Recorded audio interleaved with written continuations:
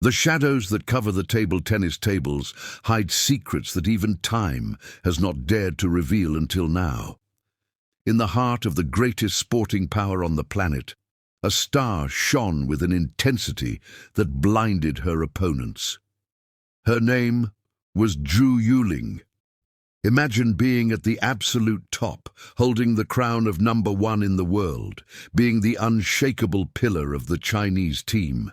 Zhu was not just a player, she was a tactical machine, an ice wall that turned the opponent's attacks into despair. But, as in every great Greek tragedy, fate had a blow in store that no one could have foreseen. At the peak of her form, when Olympic gold seemed a natural extension of her hands, Zhu Yuling's world crumbled into a deafening silence. The historical curiosity that few dare to comment on is that in 2021, while the world was preparing for the Tokyo Games, the Queen simply disappeared. There was no official farewell, no grand tributes. There was only emptiness. A grim medical diagnosis, a thyroid tumor, transformed the elite athlete into a patient fighting for her life in the cold corridors of a hospital. Zhu Yuling's exile was absolute. She was removed from the rankings, forgotten by sponsors, and treated by many critics as a legend whose expiration date had passed prematurely. While new young promises took her place at the table, Zhu faced the personal apocalypse of seeing her body and career turn to smoke. But what makes this story a true movie drama is what happened during those years of darkness. Zhu Yuling did not succumb to self-pity. In a mystery that is only now beginning to be unraveled, she reinvented herself away from the rackets. She became a doctor, immersed herself in books and university classrooms, seeking a wisdom that brute force could never deliver. She was training her mind for a war that no one knew she intended to fight. China's silence about her whereabouts only fueled the theory that she would never touch a professional racket again. But the phoenix's ashes were merely waiting for the right breath to rekindle the fire. The Queen was dead to the world, but within her, a new warrior was being forged in the fire of resilience and mystery. The first chapter of this saga ends here, in the abyss, where most would give up, but where Zhu Yuling found her true strength. The silence surrounding Zhu Yuling was not a sign of surrender, but the prelude to a storm that no one saw coming on the radar.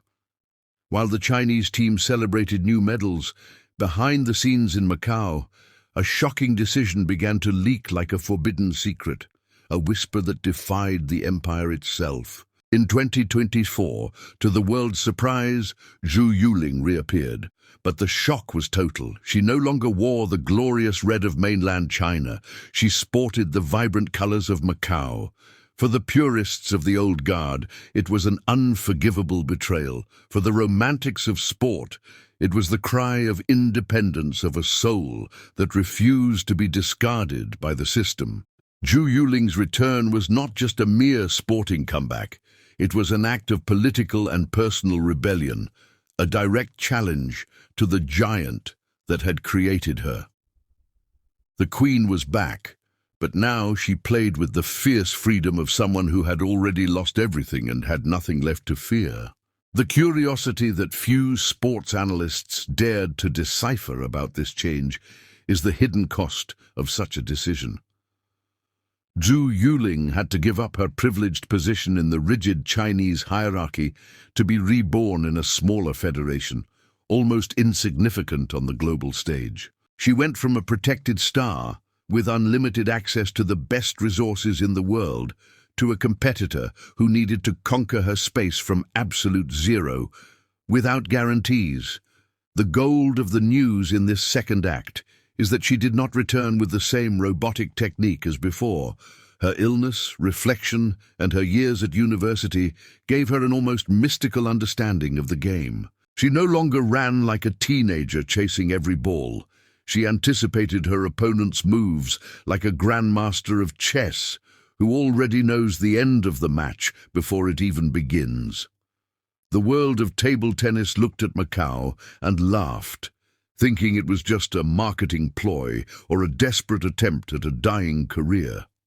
Little did they know that the phoenix was only warming its wings for the fire it would cause in the desert. The tension behind the scenes grew with each qualifying tournament.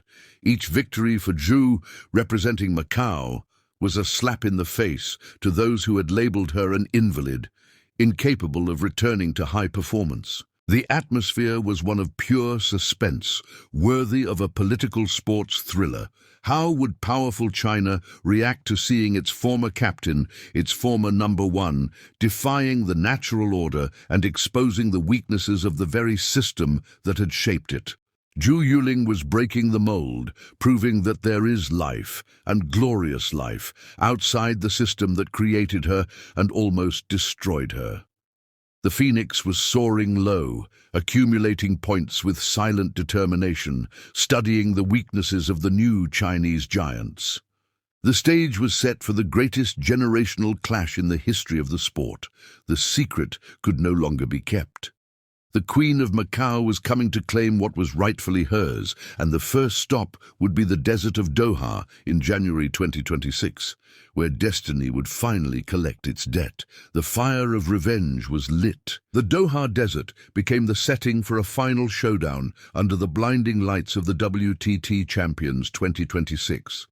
Zhu Yuling wasn't just stepping onto the court. She was walking into the center of an emotional hurricane that had lasted 5 long years. On one side of the table, the ruthless youth of China, represented by the powerful Chen Xingtong, an athlete who symbolized everything Zhu once was, mechanical perfection. On the other side, a woman who had been given up for dead in the sport, carrying on her body the scars of a battle against cancer and in her mind the wisdom of someone who found peace in exile. The gymnasium fell silent. The world stopped. It was the clash between the overwhelming present and a past that refused to die. Each point was not just a mark on the scoreboard. It was an answer to every doctor, every critic, and every bureaucrat who dared to say that Zhu Yuling would never return to the top. The battle was a cinematic choreography of overcoming adversity. At the beginning, Chen's brute force seemed insurmountable, opening gaps in Zhu's defense. But that's when the Phoenix of Macau revealed her ultimate secret. She no longer played with her muscles, she played with her soul. With supernatural coolness, Zhu began to dismantle her opponent's game with impossible angles and blocks that seemed to defy the laws of physics. The timeless curiosity that will be etched in the history of this sport is that Zhu Yuling won the final 4-2 without uttering a single cry of arrogance. At the final point, when Chen Xingtong's ball kissed the net and fell out, the stadium erupted. Zhu didn't fall to the ground. She looked up at the Doha sky with the dignity of someone who had finally completed her journey through the underworld. The gold of the news is this. She became the first player in history to be number one for a country and return to the world's top 5, representing another flag after a terminal illness. This Hollywood-style drama ends with a lesson that will resonate for generations. The true champion is not the one who never fails, but the one who, after being reduced to ashes, finds within themselves a flame that the world can never extinguish. Zhu Yuling raised the Doha trophy under a shower of silver confetti, but the real brilliance was in her eyes. She proved that life doesn't end with a diagnosis or with the forgetting of a system. She proved that the courage to be free is the greatest title anyone can win. The phoenix not only rose again, she now dominates the skies, free from the chains of the past, inspiring every soul that today faces its own apocalypse.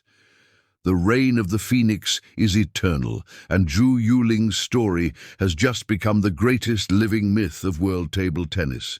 The impossible has been defeated. The queen is home.